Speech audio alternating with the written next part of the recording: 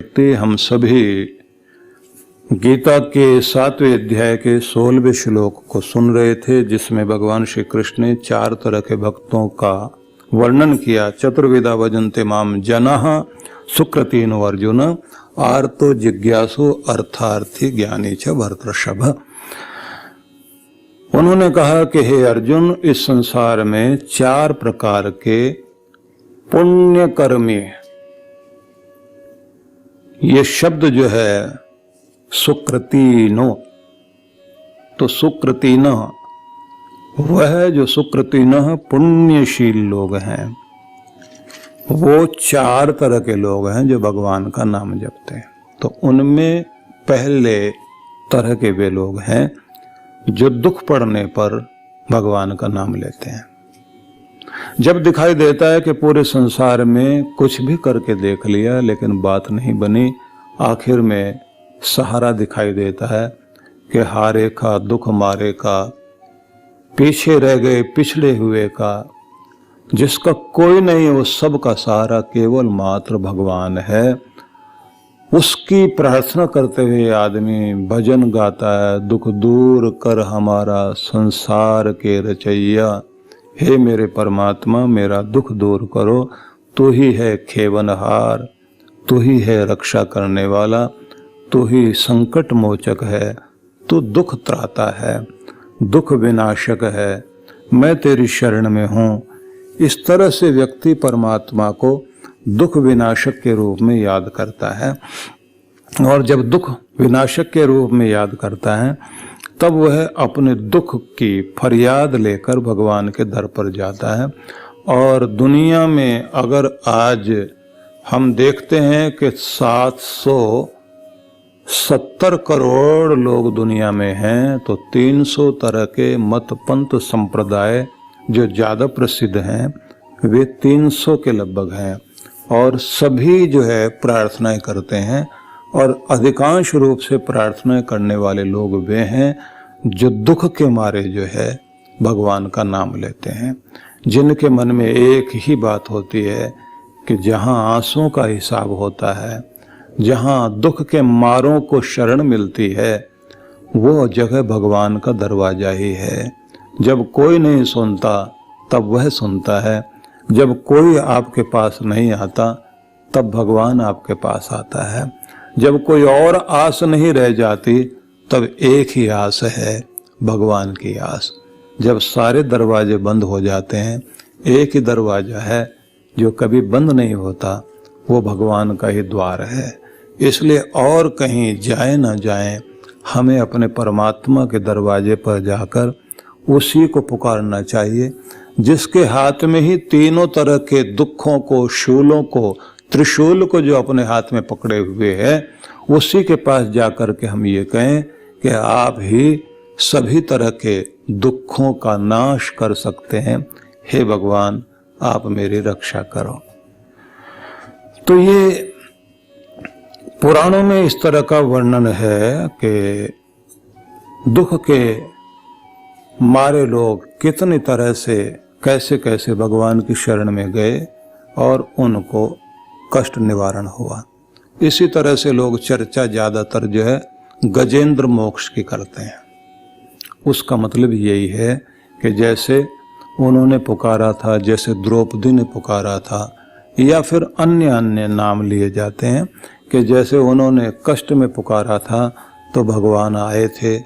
तो प्रश्न ये नहीं है कि जिनका नाम लिया वो, इस दुनिया में हर कोई व्यक्ति यही कहता है अब और कोई आस नहीं, बस भगवान ही सहारा है, अब तो दवा की नहीं दुआ की जरूरत है। तो ये आखिरी आदमी के पास जो है सहारा भगवान का ही दिखाई देता है। इसलिए अधिकांश रूप से लोग जो है दुख के कारण भगवान की शरण में जाते हैं। और दूसरे तरह के लोग वे हैं, एक जो दुख से बचना चाहते हैं, एक वो जो सुख पाना चाहते हैं।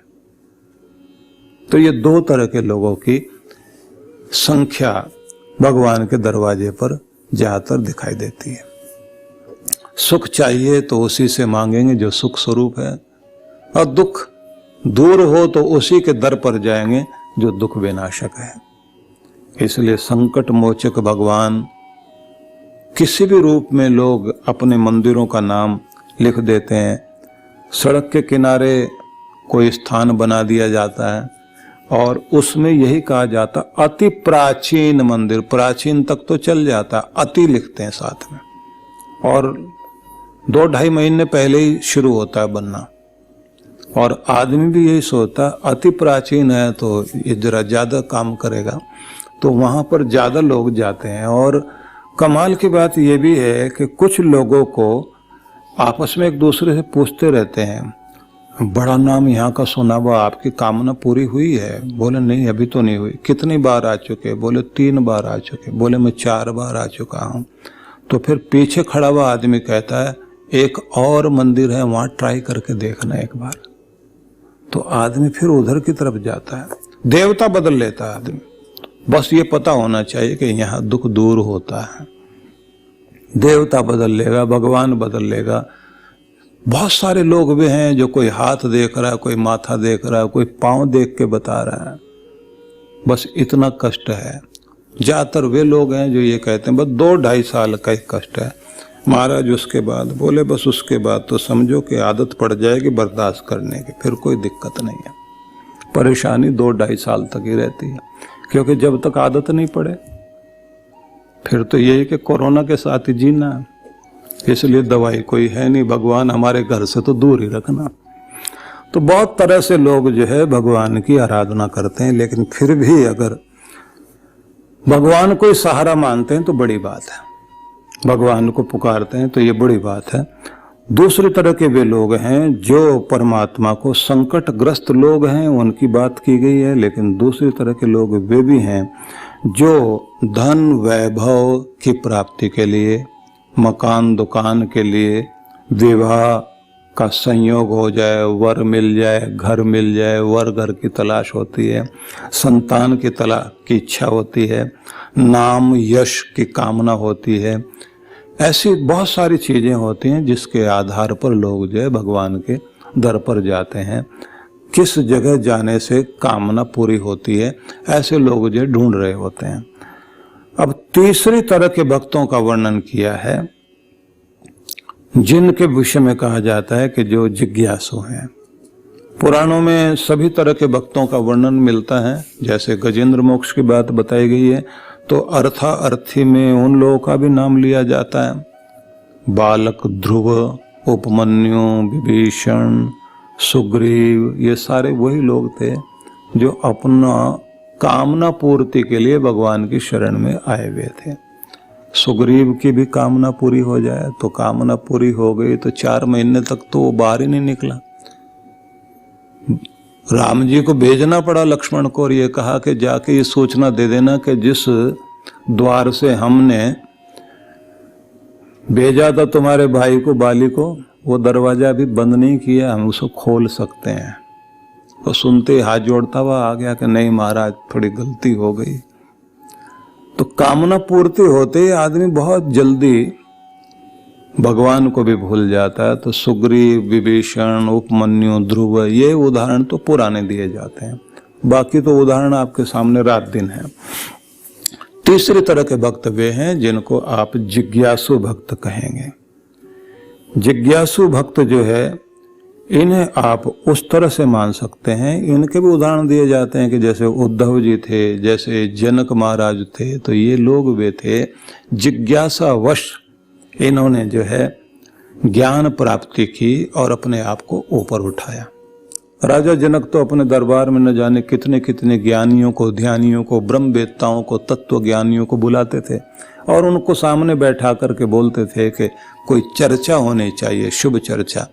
जैसे अब लोग जो है वो क्रिकेट वगैरह का खेल कराते हैं, उनका जो है खेल एक ही था कि ज्ञानी ध्यानी लोग आए और राज व्यवस्था के अनुसार, राज प्रबंधन के अनुसार ऐसी स्थिति बनाई जाए कि पूरा देश जो है वो उस ज्ञान चर्चा में भाग ले सके। तो एक अच्छे तरह के वातावरण को उन लोगों ने बनाया था। तो जिज्ञासु व्यक्ति जो होते हैं उन लोगों की दृष्टि इस बात पर रहती है कि भगवान क्या, भगवान की रचना क्या, भगवान ने दुनिया क्यों बनाई, किस लिए बनाई, दुनिया में सुख दुख क्यों है, इस संसार में इतने सारे परिवर्तन क्यों हैं, मनुष्य कहाँ से आता और कहाँ चला जाता है, जाते हुए के कोई पद चिन्ह नहीं दिखाई देते, ऐसा ओझल हो जाता है आंखों से कि जैसे था ही नहीं, सपने जैसा दिखाई देता है। बहुत तरह के प्रश्न व्यक्ति के मन में जागते हैं, वो जिज्ञासा के कारण जो है जो भगवान के निकट आता है। और जब तक आप जिज्ञासु नहीं बनेंगे, दो ही चीजें मानी जाती हैं व्यक्ति की जिंदगी में कभी छूटनी नहीं चाहिए। एक तो जिजीविषा मानी जाती है, जीने की प्रबल इच्छा, उसे भी कभी खत्म नहीं होने देना चाहिए। दूसरी मानी जाती है जिज्ञासा, जानने की इच्छा, जानने की इच्छा को भी कभी खत्म नहीं होने देना चाहिए। जब तक इस दुनिया में आप हैं, कुछ न कुछ जानना, कुछ न कुछ सीखना, कुछ न कुछ पढ़ना, कुछ न कुछ होना जारी रहना चाहिए। जिन लोगों के अंदर ये जिज्ञासा भाव रहता है, निश्चित रूप से वे लोग जो है उन्नति करते हैं और उनका विकास चलता रहता है। और जो लोग जो है अपना स्कूल, विद्यालय, कॉलेज वगैरह बंद हुआ, मतलब वहाँ की परीक्षाएं पास की और उसके बाद वो कहते हैं कि चलो जान छूटी, किताबें उठा करके रख दी, उसके बाद में पुस्तकों की तरफ मुंह भी करके नहीं देखते, पढ़ाई लिखाई उनकी सारी खत्म हो जाती है। बस वो डिग्री लेकर के जरूर घूमते हैं, नौकरी मिल जाए, और नौकरी मिल गई तो उसके बाद तो अपना जितना भी उनको स्मरण था, जो भी कुछ पढ़ा था, उसमें से 80% तो उनका गायब ही हो जाता है। जितने से उनका जो है काम चलता है, बस वही चीजें उनको याद रहती है। उससे पहले वो जरूर ये कहते हैं हाँ मैंने पढ़ा था। कुछ लोग जो है अपनी पुरानी किताबें फिर से उठाते हैं जब उनके बच्चे स्कूल जाने लग जाते हैं, तब उनको ट्यूशन घर में ही थोड़ी बहुत दिया करते हैं। तब उनको लगता है कि जो थोड़ा सा पढ़ा तो कम से कम काम आ जाए। ज्यादातर लोगों का विद्यार्थी काल समाप्त हो जाता है उनके विद्यालय को छोड़ने के बाद, लेकिन व्यक्ति को कभी भी ये नहीं मानना चाहिए कि मेरे विद्यार्थी काल जो समाप्त हो गया। इसलिए अंतेवासी शिष्य को ये उपदेश दिया जाता है कि आपको पढ़ने में, स्वाध्याय करने में प्रमाद नहीं करना चाहिए। स्वाध्याय को ऐसे कहा जाता है कि स्वयं का अध्ययन करना और सुअध्ययन करना। सुअध्ययन मतलब अच्छी पुस्तकों को पढ़ना। जब आप अच्छी पुस्तकों को पढ़ना शुरू करते हैं तो ये बात ध्यान रख लीजिए कि मनन करने के साथ में और चिंतन करने के बाद आपका स्वाध्याय, आपका चिंतन, मनन आपके अंदर वो छाप डालता है कि जिसके परिणाम स्वरूप आपका व्यक्तित्व बदलता है, आपकी जिंदगी बदलती है। इसलिए अच्छी पुस्तकें जो है वो आपके पास रहनी चाहिए। स्वाध्यान मां प्रमद न प्रमदितव्यम, इसलिए ये एक निर्देश दिया जाता है और यही संदेश और उपदेश होता है। अच्छी अच्छी पुस्तकें अगर आपके पास है, मैं बड़ा आश्चर्यचकित हुआ जब मैंने अमेरिका में लोगों को देखा कि वो कुछ दिन के लिए छुट्टी पर जा रहे थे, तो उनके साथ और सारी चीजें उन्होंने तैयार की, तो एक बैग में बहुत सारी पुस्तकें, एक उनके पास में और तरह का यंत्र है जिसमें उनके पास दुनिया भर के अच्छे अच्छे लेक्चर रिकॉर्ड हैं, और उसके अंदर जो है उन्होंने बहुत सारा ऐसे लेख, ऐसे कोई राइटअप लोगों के द्वारा जो किए हुए हैं, वो सारे के सारे उसमें उन्होंने रिकॉर्ड किए हुए हैं। तो मैंने कहा आप लोग तो घूमने फिरने जा रहे हैं। बोले शांत होकर एकांत में बैठने का मौका मिलेगा, सुबह शाम तो घूमेंगे, लेकिन दिन में जो है अपने आप को फिर से और नया तीखा बनाकर, योग्य बनाकर अपने कार्य क्षेत्र में ज्यादा सफल हो सके, तो उसके लिए भी तो हमें मौका मिलेगा ना। क्योंकि आपकी नॉलेज, आपका जो ज्ञान है, वही तो आपकी योग्यता को बढ़ाता है। उसी से तो आप आगे तरक्की करते हैं। तो मैंने कहा हमारे यहाँ तो ये माना जाता है जब आप मनोरंजन करने जा रहे हैं, घूमने फिरने जा रहे हैं, तो फिर तो आप जो है ये किताबें विताबें इसका तो कोई मतलब नहीं। बोले नहीं, मनोरंजन के लिए हमने कोई म्यूजिक व्यूजिक वो सारी साधन हमारे पास में है, वो तो हमारा चलेगा ही चलेगा, लेकिन बाकी समय जो है उसका हमने उपयोग करना, हमने हेल्थ पर भी ध्यान देना है, हमने फोटो वोटो भी खींचने हैं, कैमरा भी साथ लेकर जा रहे हैं। हम लोग जैसे वहाँ तैराकी करेंगे, वहाँ जंगल में जाकर घूमेंगे, वो सारी चीजें हैं, लेकिन उससे ज्यादा जरूरी ये है कि आत्मचिंतन विश्लेषण करके कुछ नया सीखकर अपने आप को इतना तैयार करके आए कि अपने कार्य क्षेत्र में हम पहले से ज्यादा बेहतर हो सके। तो मुझे बहुत अच्छा लगा, मैंने कहा ये तो बहुत अच्छी बात है। बोले नहीं, हमारे यहाँ एक बात कही जाती है, हमारे यहाँ कहा जाता है कि दो व्यक्ति हैं जो पेड़ काटने का जंगल में जिनको ठेका दिया गया है। एक जो है 1 घंटे में 5-7 पेड़ काट के गिरा रहा है, दूसरे से सिर्फ 1 या 2 ही कट रहे हैं, और दोनों ताकतवर खूब हैं। जिससे 2 ही कट रहे हैं वो मेहनत बहुत कर रहा है, लेकिन उससे 2 ही कट पा रहे हैं। कारण क्या है कि दूसरे वाला आदमी मेहनत तो करता है, लेकिन स्मार्टली वो मेहनत कर रहा है, चतुराई से समझदारी से मेहनत कर रहा है। उसकी समझदारी क्या है कि उसके पास जो आरी है बीच बीच में उसको धार लगाता है, वो उसको तीखा बनाता है। तीखा बनाता है तो उसका औजार पहले से ज्यादा बेहतरीन हो गया है, तो उसकी ताकत कम लगती है और काम ज्यादा अच्छा होता है। मैंने कहा इस बात का मतलब, बोले हर एक के पास एक आरी है, उसका दिमाग, उसकी बुद्धि, उसकी अक्ल। जब आप सीखते हैं नया तो आप उसमें धार लगाते हैं, उसको तीखा करते हैं, नहीं तो आप जो फिसड्डी रह जाएंगे, पिछड़े रह जाएंगे, आप कुछ नया सीख नहीं रहे। तो हम अपना इन दिनों अपनी आरी में धार लगाने के लिए भी जा रहे हैं। शरीर तरोताजा करना है, दिमाग को इतने दिनों तक लगातार हम लोग जो है काम करते रहे तो छुट्टी। और तीसरी बात है नया सीख कर आएंगे। चौथी बात है कि आत्मविश्लेषण करने का मौका मिलेगा, सेल्फ रियलाइजेशन भी होगा, जिससे हम एक बार पीछे मुड़ के देख तो सकें कैसे चलते आ रहे हैं, कहां गलती कर रहे हैं, कुछ और अच्छा हो सके। तो इसलिए छुट्टियां मनाने के लिए जा रहे हैं, तो नए ढंग से अपने आप को नया बनाने का मौका हमको मिल रहा है। तो मैंने कहा आप इसके लिए पहले से तैयारी करते हैं। बोले अगर छुट्टी के लिए हम लोग जाएंगे तो 1-2 महीना पहले तैयारी करते हैं पूरे, कि ये 7 दिन का समय है, इसका किस तरह से भरपूर उपयोग करना है। मैं भी आपसे ये कहना चाहता हूं, भगवान ने आपको समय दिया, उस समय में आप अपने आप को तीखा बनाइए, योग्य बनाइए, अपने गुणवत्ता को आगे बढ़ाइए। तो इसी को कहा जाता है जिज्ञासु होकर के अगर आप जीते हैं बड़ी चीज है। लेकिन ये तो सांसारिक सफलता की बात है। अगर आप परमात्मा की कृपाओं को पाना चाहते हैं तब तो आपको और भी ज्यादा अच्छा जिज्ञासु होना चाहिए।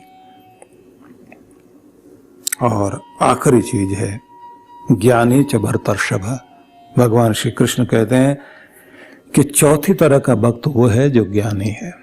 ज्ञानी वह है जो ये सब चीजों को परखने के बाद समझ गया है कि सबका आदि मूल, आदि कारण परमेश्वर है। वही एकमात्र ध्येय है, वही एकमात्र परम सत्य है, वही श्रेय है और वही उपास्य है। निष्काम भाव से भक्त उसी की आराधना करने के लिए तल्लीन होता है। इसलिए ज्ञानी भक्त वह है जो अनन्य प्रेम से युक्त हो जाता है, और जो अनन्य प्रेम से युक्त हो जाता है तो फिर उसके नियम अपने आप चलते हैं। उसका अनुशासन इस तरह से बन जाता है कि वह उस अनुशासन को छोड़ता नहीं। ध्यान रख लीजिए, जब तक आपका संबंध संसार से जुड़ा हुआ है तब तक आप आर्त भक्त हैं, अर्थार्थी भक्त हैं। जैसे ही आप संसार से ऊपर उठकर जीने की कोशिश करते हैं तो एक बीच वाली स्थिति हो जाती, भगवान और संसार के बीच, तब जिज्ञासु हैं।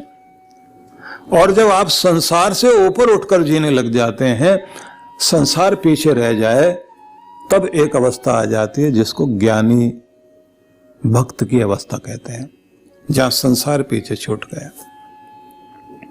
वहां केवल कर्तार परमात्मा, निराकार या सर्व स्वरूप, सर्वाधार, सर्वेश्वर, सर्वव्यापक, सर्वात्मा, सर्वंतर्यामिन, शुद्ध बुद्ध मुक्त स्वभाव, सच्चिदानंद स्वरूप, वो जो परमेश्वर है, उस परमात्मा के प्रति व्यक्ति पूर्ण रूप से समर्पित हो जाता है, शरणागत हो जाता है।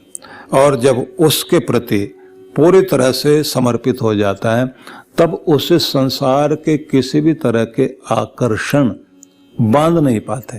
वो रहेगा दुनिया में, दुनिया का व्यवहार करेगा, दुनिया के बीच में आनंद लेगा, लेकिन दुनिया की किसी भी चीज में ऐसे फंस कर नहीं बैठ जाएगा कि वो भगवान भूल जाए, भगवान से विमुख हो जाए।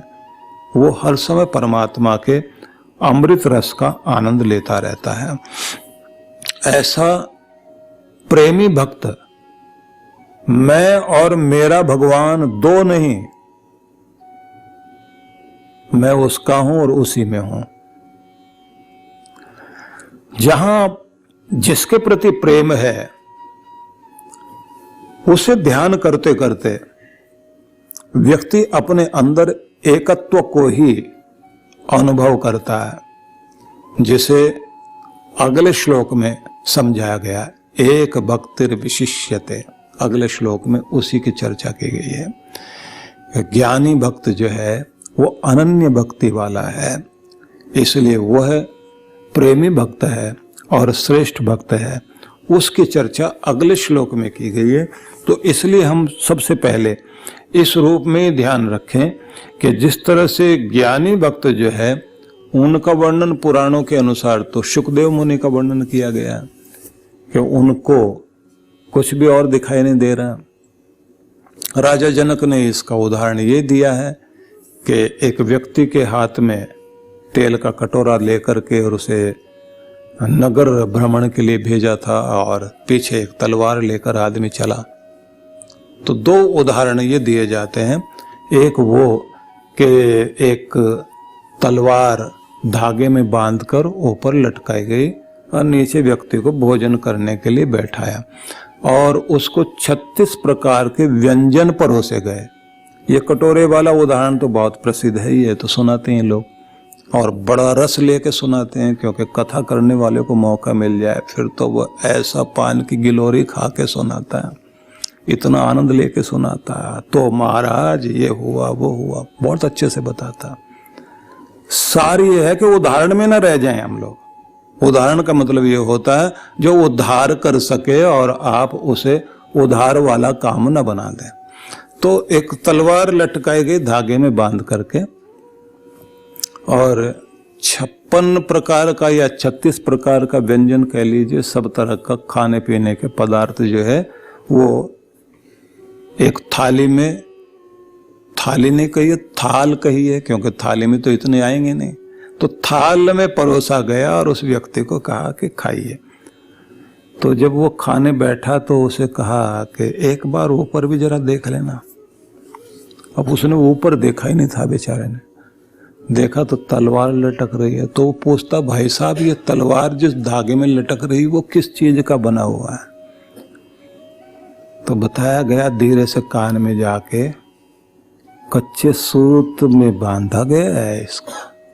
ये तलवार है या खांडा है? बोले खांडा है। बोले खांडा समझते हैं जिसको जो है ना वो एक झटके में जिससे बड़े से बड़े भैंसे की भी गर्दन काटी जा सके, उसे खांडा बोलते हैं। वो लटकाया हुआ है तो फरसे जैसा, या जैसे वो बड़ा कुल्हाड़ा या गंडासा शब्द भी चलता है एक, तो ऐसी कोई चीज ऊपर से लटकाई हुई है। अब वो हिल रहा है धागा, इधर से इधर आ रहा है और ये व्यक्ति भोजन कर रहा है। मैं भी उस तरह से कथावाचक की तरह से कथा नहीं सुनाऊंगा, सार बता देता हूं, नहीं तो आप उदाहरण में रह जाओगे। तो जैसे जैसे वो धागा ऐसे हिलता जाए तो ये आदमी अपने हाथ में वो रसगुल्ला लेके उसकी तरफ एक बार देखे और एक बार ऊपर की तरफ, महाराज गर्दन ऐसे ऐसे जाए उसकी, खाया नहीं गया उससे। तो उसके बाद में किसी ने कहा आकर के, इतना जल्दी टूटने वाला नहीं है, आप घबराओ नहीं, खा लीजिए आप। अब वो खाए तो सही और देखे ऊपर की तरफ। जब उसने जल्दी जल्दी भोजन करके और हाथ धो के बाहर आया तो उससे पूछा कैसा स्वाद लगा? बोले साहब स्वाद का तो पता नहीं, पर तलवार से बच गए। तब राजा जनक ने बुला करके ये कहा कि स्वाद वाली चीजें तो हैं दुनिया में, लेकिन तलवार सबके ऊपर यमराज की लटक रही है और वो ऐसे ऐसे हिलती है।